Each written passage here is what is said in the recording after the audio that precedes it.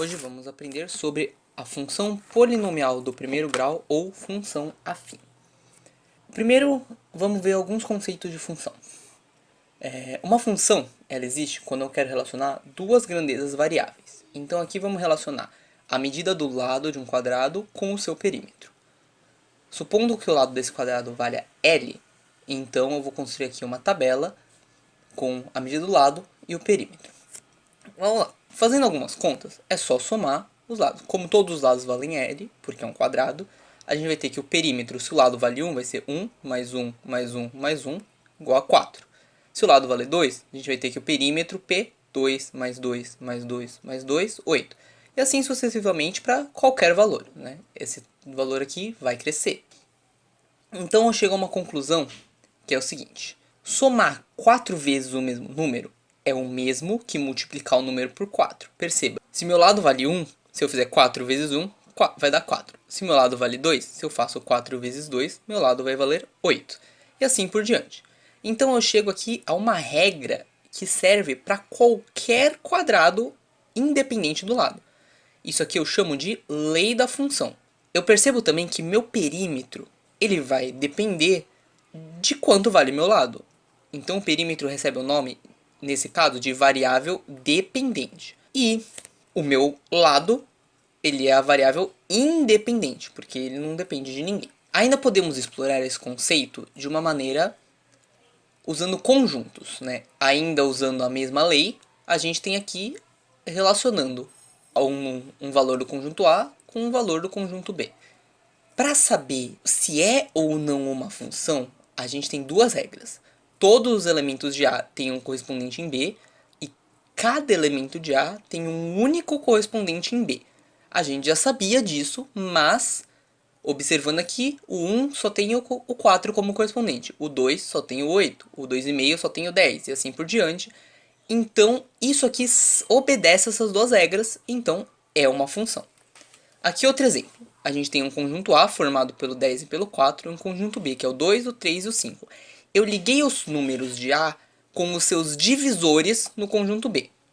Vamos lá. Primeira regra. Todos os elementos de A têm correspondentes em B. Ok, o 10 tem correspondente, o 4 tem correspondente. Essa lei vale. Cada elemento de A tem um único correspondente em B. Então, aqui nós concluímos que não é uma função, porque o 10 ele está ligado tanto no 2 quanto no 5. Porque 10 pode ser dividido por 2 e por 5. Então, não é uma função. Vamos lá. Próximo exemplo. Aqui eu liguei os elementos de A com os seus opostos, ou seja, eu multipliquei os elementos de A por menos 1 e liguei em B. Então, 0 vezes menos 1, 0. 2 vezes menos 1 vai dar 2. 4 vezes menos 1 vai dar menos 4, né? Todos os elementos de A têm um correspondente em B? A resposta é não. O menos 4 e menos 2 não tem correspondentes, então não é função. Vamos para um último exemplo. Todos os elementos de A têm correspondente em B? Ó, tem um correspondente. Todos eles estão ligados a alguém em B. Cada elemento de A tem um único correspondente em B? Sim, se eu observar, cada um está ligado a um único de B. Ah, mas o 1 está ligado no menos 1 e no 1. Não importa. O 1 está ligado só ao 1. O menos 1 está ligado só ao 1. Então, ainda está valendo a segunda regra. E sobraram elementos em B. Sobrar elemento em B também não tem problema. Então, a gente conclui que isso aqui é uma função. Se é uma função, então quer dizer que a gente tem uma lei matemática, tipo uma fórmula, que explica isso aqui. A gente pode então chamar isso aqui de uma função f de A em B. F é uma função de A em B, que é como se lê essa notação aqui. E a lei dessa função vai ser f de x, que é como se lê esse termo aqui, é igual a x à quarta. Se eu for perceber, menos 2 à quarta vai dar 16. 2 à quarta também dá 16, por isso que os dois estão ligados ao 16. Esses conjuntos, eles recebem alguns nomes especiais. O conjunto A, ele recebe o nome de domínio da função. São todos os valores que meu x pode assumir. Então, o domínio dessa função vai ser menos 2, menos 1, 0, 1 e 2, que são os elementos que estão no conjunto A. O conjunto B, ele recebe o nome de contradomínio da função e tem essa notação. São todos os valores que estão em B. Lembrando que esses valores, o conjunto domínio, pode ser que não sejam valores específicos e sim um outro conjunto, por exemplo, o conjunto dos números reais. Os números de B que estão ligados a alguém de A recebem o nome de imagem da função, que é notado dessa forma. Nesse caso, 0, 1 e 16. São todos os valores que meu f de x pode assumir. Agora vamos explorar o conceito de função do primeiro grau, propriamente dito. Um exemplo de função do primeiro grau é aquele primeiro exemplo do quadrado. Vocês percebam que se eu for escrever da forma usual, eu posso trocar a minha medida de lado por x, e a minha lei da função vai virar f de x igual a 4x. É a mesma coisa que dizer p igual a 4l. Eu só estou transformando essa notação na notação que a gente usa mais comumente. Lembrando que esse f de x aqui não necessariamente vai ser sempre f de x, pode ser qualquer letra, é que a gente costuma usar f de x. Vamos para outro exemplo. Jonas é dono de uma pizzaria. Ele sabe que para fazer uma pizza gasta 10 reais de ingredientes e que para pagar o dia de trabalho de todos os seus funcionários gasta 150 reais. Qual a lei que define o custo total de Jonas em um dia de trabalho? Bom, a gente quer saber quanto vale o custo total, então a gente só tem que pegar o que ele gastaria em um dia. Seria o salário mais o custo para produzir as pizzas. Só que o custo para produzir as pizzas, ele não é um custo fixo, ele varia de acordo com o número de pizzas que ele produz. Então eu vou ter que o meu custo total vai ser o salário mais o custo de uma pizza vezes o número que ele produziu. Aqui a gente já percebe que o custo total ele depende do número de pizzas. Então aqui a gente tem a minha variável dependente e a minha variável independente. Escrevendo isso na forma de função, f de x igual a 150, que é o salário, mais 10 vezes, que é o preço da pizza, x, que é o número de pizzas, que pode ser qualquer número. Ou ainda, f de x igual a 10x mais 150, que o jeito mais usual da gente escrever é sempre com o número que acompanha a variável independente, perdão, sempre normalmente ela fica na frente. Ou ainda, y é igual a 10x mais 150. Esse y aqui é porque quando a gente constrói o gráfico fica um pouco mais fácil de enxergar. Quando a gente chegar em gráfico vocês vão entender. Então, tendo a lei da função, eu consigo saber quanto ele gastou baseado no número de pizzas que ele produziu. Eu coloco aqui, né, vou produzir uma tabela, pizzas produzidas, meu f de x e o custo total. Se ele produzir 10 pizzas em um dia, o f de 10, eu troco o x por 10, vai ser 10 vezes 10 mais 150. Aqui dá 100 mais 150, 250.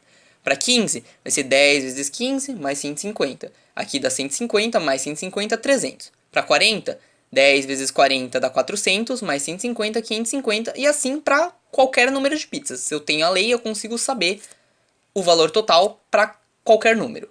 A gente chega a uma generalização. Generalizando a função afim, toda a função afim, ou do primeiro grau, vai ter essa carinha aqui. F de x é igual a um certo a, que multiplica a minha variável independente, mais um b.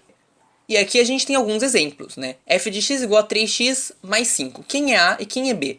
O a é sempre quem acompanha a variável independente, então vai ser o 3. O meu b é o cara que está sozinho, vai ser o 5. Menos x mais 4. O a vai ser o menos 1, que tem um menos 1 escondido aqui na frente do x, que você não precisa escrever. B dá 4. F de x é igual a 1 quarto vezes x menos 2. Pode ser fração? Pode ser fração. Nada impede meu a de ser uma fração.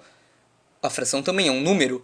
Então a igual a 1 quarto e o b vai ser menos 2. V de t é igual a 2 terços de t. Aqui eu usei outras letras, mas pode usar outras letras. O meu a vai ser 2 terços e não tem ninguém que não o mais ou menos alguma coisa. Então meu b vai ser 0. F de x igual a 7 também é uma função afim. Não tem ninguém que acompanhe o x. Então a gente vai ter que o a vai ser 0. E meu b vai ser 7. Esse tipo de função aqui ele recebe o nome de função constante, que vai ser um pouco mais fácil de explicar quando chegar na parte do gráfico. Agora vamos explicar um pouco de gráfico. Dada essa função aqui, f de x igual a 2x mais 3.